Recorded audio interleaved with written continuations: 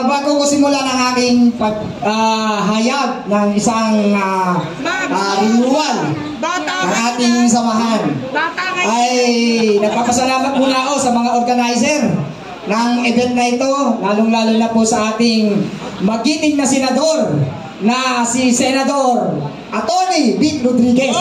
Hindi po yan natalo, panalo po, dinaya lang po tayo.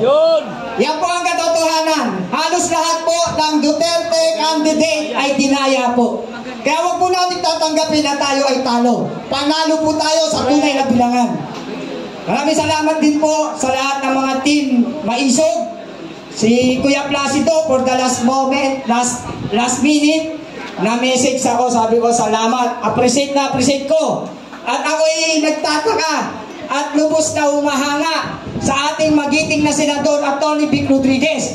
Bagamat hindi siya pinala dahil dinaya siya, meron namang pasasalamat pa rin sa atin. Bilang sa pagsuporta at paghihirap natin na ipaglaban ang bayan at mamayan. Lagi po natin tatandaan itong ating mga kandidato na nasa Team Duterte. Hindi po pansarili ang kanilang mga mithiin, kundi ang kanila ay labanan ng katiwalian, labanan ng pang-aapi sa ating bansa at mamayan. Actually, panalo po ang Duterte Nagtataka nga po ako bakit natalo sa tunay na bilangan. Pera-pera po ang labanan at sila po ang nasa kapangyarihan. Sa aking puso, di ko tinatanggap na talo ang ating mga kandidato. Itong darating na eleksyon, ito ay hindi lang simula. Ito ang tunay na laban sa darating na eleksyon. Mananalo na po ang ating mga kandidato. Tandaan nyo po yan, ipaglalaban na po natin yan. Itaga nyo sa bato, sabi ni Senator Ronald Bato. Dahil tayo po ay tunay na mga nagmamahal sa bayan at mamayan.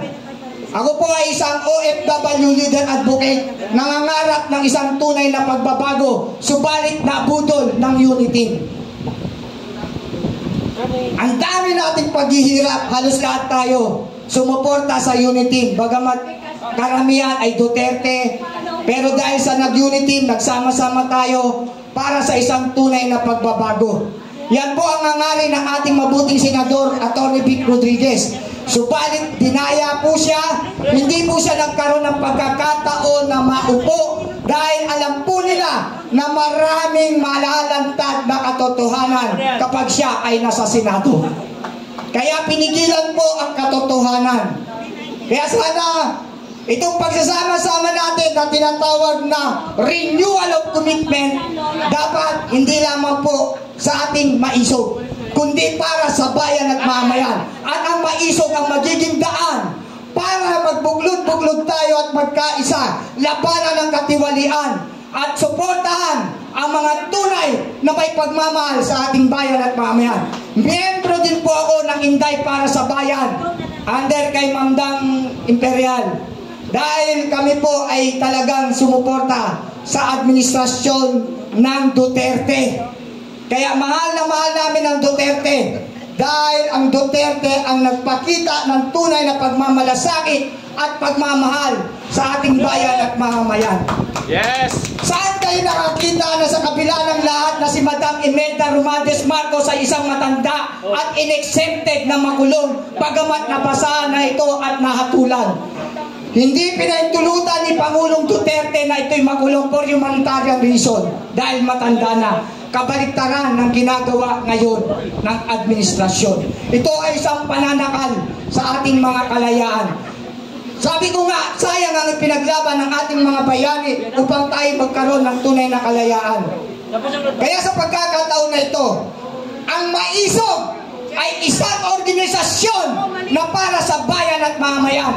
Magsama-sama tayo, magkaisa tayo, suportahan natin ang maisog at magkaisa tayo na manindigan para sa katotohanan, para sa ating bayan at mamayan. Mahalin natin ang Pilipinas. Sa totoo lang, akala natin isang tunay na pagbabago dahil Marcos at Duterte ang pinagsama sa nakaraang eleksyon. Subalit tumiwalag ang Marcos sa prinsipyo ng mga Duterte. At ito ngayon, ang ating the best president, Rodrigo Roa Duterte, pinadala pa sa dahig. Grabe, grabe itong administrasyon na to. Kaya mga mahal kong mga kamaisog, Kuya Placido, hindi lang ito ang simula. Magsasama-sama tayo, lalabanan natin ang pananakal nila sa ating kalayaan. Dahil tayo, hindi lamang personal interest kung bakit tayo nagsasama-sama. Nagsasama-sama tayo dito dahil ang ating mga kandidato na katulad ni Atty. Vic Rodriguez, ang layunin ay labanan ang korupsyon.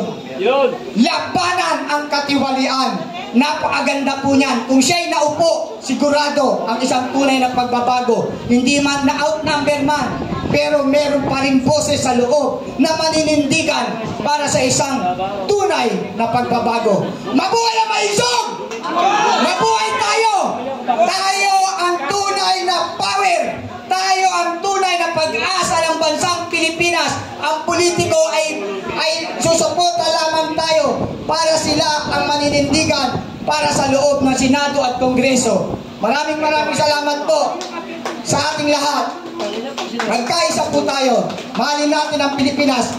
Mabuhay maisog! Mabuhay Atty. Vic Rodriguez! Senator ka na!